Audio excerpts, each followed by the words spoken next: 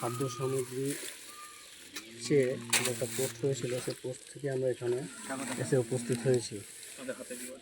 চাঁদু আমাদের হাতে কম্বল তুলে দেওয়া হচ্ছে। আমাদের ট্রাস্টের সদস্য আমার ভাইয়ের হাত দিয়ে। এছাড়াও দেখতে পাচ্ছেন কী সামগ্রী, খাদ্য সামগ্রী আমরা নিয়ে এসেছি আমাদের পরিবারের জন্য।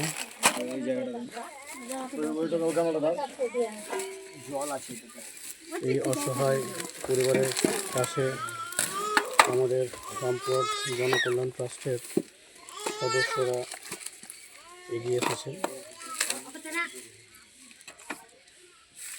পারলে আপনারাও সহযোগিতার হাত বাড়িয়ে দেবেন।